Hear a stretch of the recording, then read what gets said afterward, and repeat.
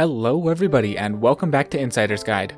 Today we're continuing our discussion of the mountain that no serious skier hasn't heard of, Palisades, Tahoe. With Palisades there's a lot to talk about, so this Insider's Guide is split into 5 parts. In this part we'll cover the upper mountain runs. If you haven't already, go check out part A to get some great background on the mountain. So with that, let's continue in Insider's Guide to Ski Resorts, Palisades, Tahoe.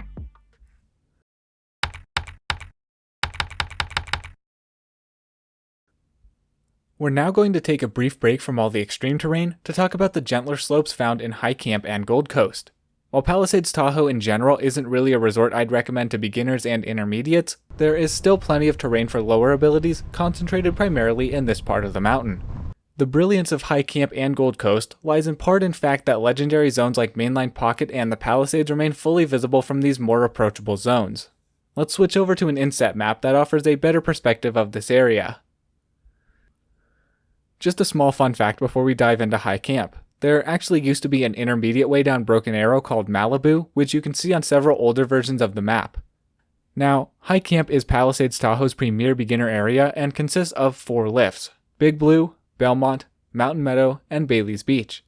Belmont is the outlier of the 4 as it services the Belmont Terrain Park, home to Palisades Tahoe's smaller features.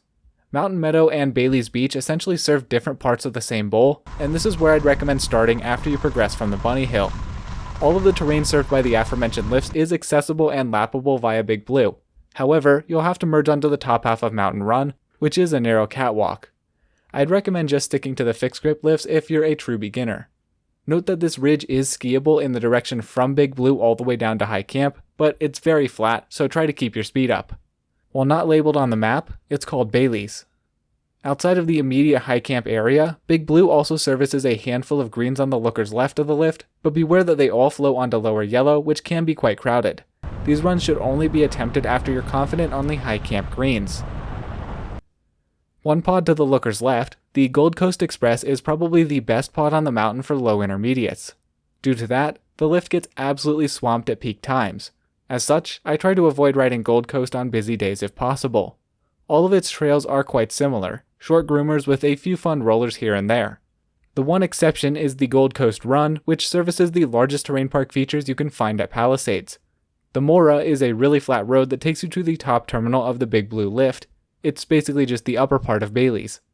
You can hit pretty much every single run of the Shirley Lake lift from the Mora, so it is useful in that sense. In general, I don't find the Gold Coast terrain to be all that great for carving enthusiasts, as runs here don't really maintain their pitch and have quite the runouts. That said, keep up some speed at the bottom to make it back to the lifts. The final and most noteworthy lift to talk about in this area is Emigrant.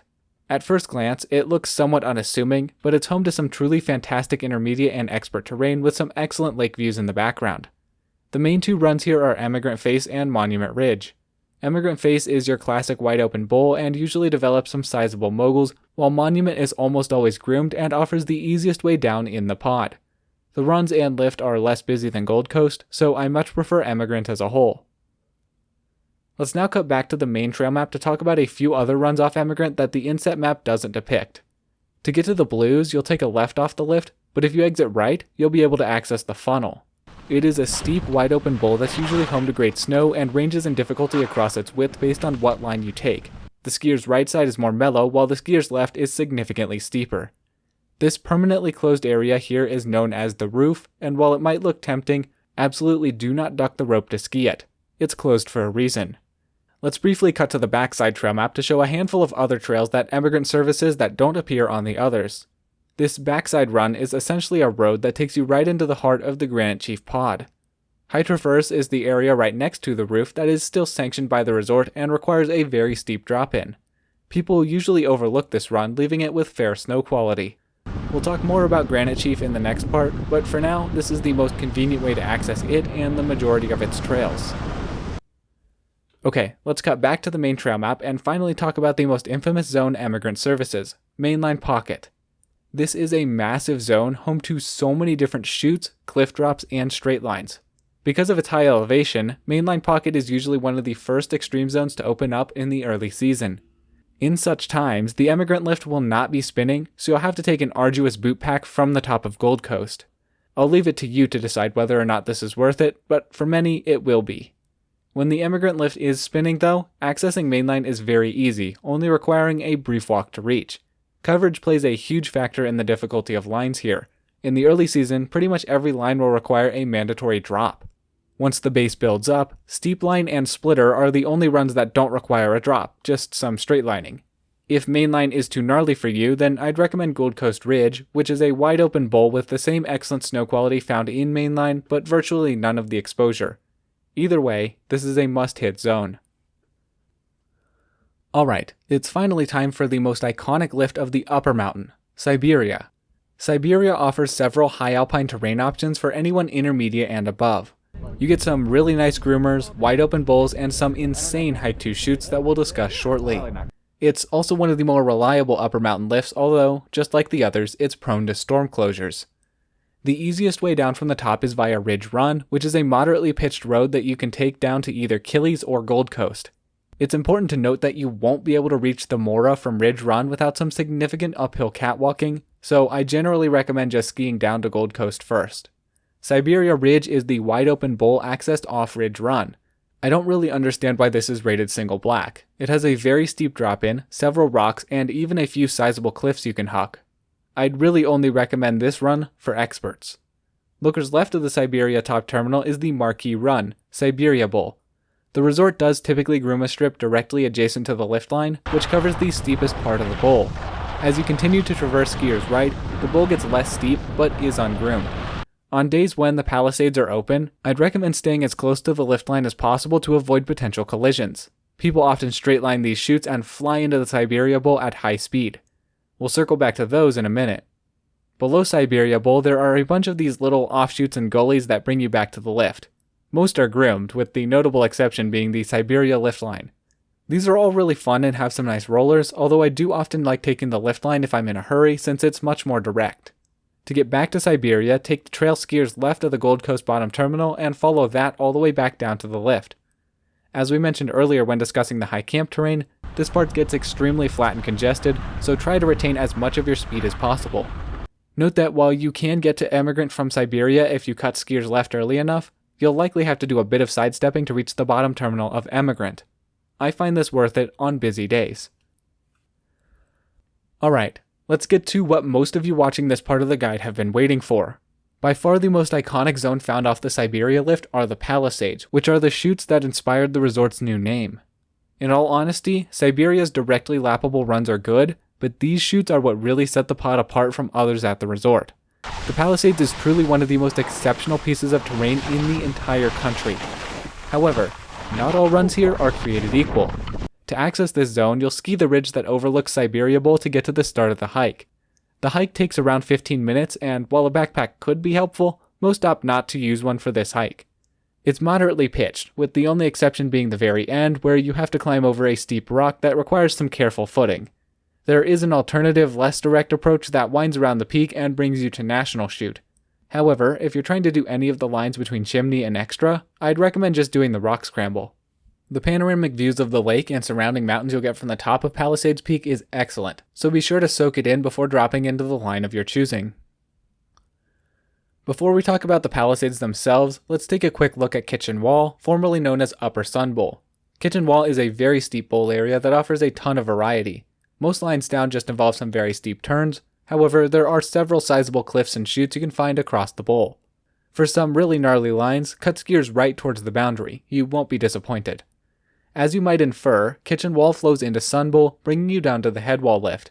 This means it's a 2-lift lap in addition to the hike to the peak. However, because most people opt to drop into the Palisades, Kitchen Wall can hold some of the best snow on the mountain. Let's move on to talking about the Palisades themselves. National is the easiest route down the Palisades, however it can still present a decent challenge depending on coverage. In the early season this run is very narrow but still allows for some turns. As the snowpack builds, National becomes much wider and can even feel more like a bull run. The entrance is very steep and often corniced, but the chute mellows out quickly as you merge into Siberia Bowl. If you're looking for something a bit more challenging, the plentiful neighboring chutes skiers right of National are good options. I've heard them called several names, including Burma Chute, American Chute, and National Shoulder, of which I tend to the latter. The main route down the shoulder is significantly tighter than the principal national chute. About halfway down the shoulder you reach a fork. Cut skiers left for a fun straight line that leads into the lower half of national, or continue straight down to ski the same couloir. There are several more chutes further down the ridge that get progressively shorter as you get closer to the headwall lift. Now we get to the first quote-unquote real Palisades line. Maine is a serious run no matter when you ski it. In the early season, there's a rock that splits Maine into two distinct smaller chutes. I found the skier's left chute to be slightly harder than the skier's right chute. Both require a 53-degree cornice drop into narrow chutes that are typically straight-lined. During low tide conditions, turning in Maine is more difficult than simply pointing it down due to how narrow the chutes get. Once the base builds and the rock that splits it disappears, Maine becomes much more akin to national, albeit still much steeper. Extra is the next notable line off the peak and is even more challenging than Maine. There are plenty of different ways to enter Extra, with the most commonly traveled being Extra Chute. This route goes pretty much straight through the center of a rock face. There's an alternate route skiers right of Extra Chute in addition to a few drop-in skiers left that require sizable airs. Like Maine, most people will opt to straightline the entirety of Extra rather than billy goat down it, as the run's 61-degree pitch makes turning extremely challenging. The next two lines are marked in person but don't appear on the trail map. Just lookers right of Extra are Tube and Box. Tube actually consists of two chutes, with the skiers right being called Tube 2 and the skiers left Tube 1. During low tide, Tube 1 will involve a fast straight line into a cliff drop with a sketchy landing. Later in the season, that cliff drop gets significantly smaller or disappears. Now take everything we said about Tube 1, make it 10 times harder, and that's pretty much what Tube 2 is. Simply put, it takes a lot longer to fully fill in than Tube 1. Just a bit skiers left of the tube chutes is Box Air and Box Shelf, two sizable cliff drops with landings that really depend on the snowpack. Sensing a theme?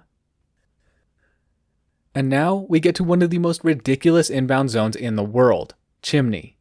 Chimney is a sheer cliff face that is home to some truly insane lines. The amount of skill and nerves it takes to ski any chimney line is unprecedented. Every single route is over 60 degrees steep and requires some combination of mandatory straightlining and high-speed cliff drops. Chimney is a special area that only officially opens in the best of snow years. In lesser years, patrol is known to list it as closed but allow you to drop in if you ask them nicely. The two easiest ways down Chimney are called Easy Street and Chimney Sweep. They each require an ultra-steep drop-in, followed by an extremely high-speed straight line, and finished with a mandatory cliff drop right before you hit Siberia Bowl and pray to God there's no small children in the ride-out. And these two lines are just the easiest ways in.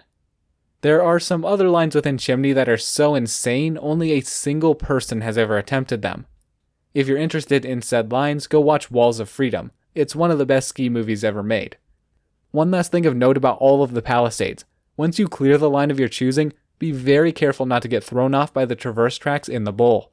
They run perpendicular to the Palisades, so it's important to brace for them to avoid losing your balance. Well, that's about it for the upper mountain. Check out the remaining 4 parts now, all about the rest of this legendary mountain. As always, please leave any questions down below. If you enjoyed this video or found it helpful, please consider subscribing to help support this stream. Thank you all so much for watching. All my love, I'm out.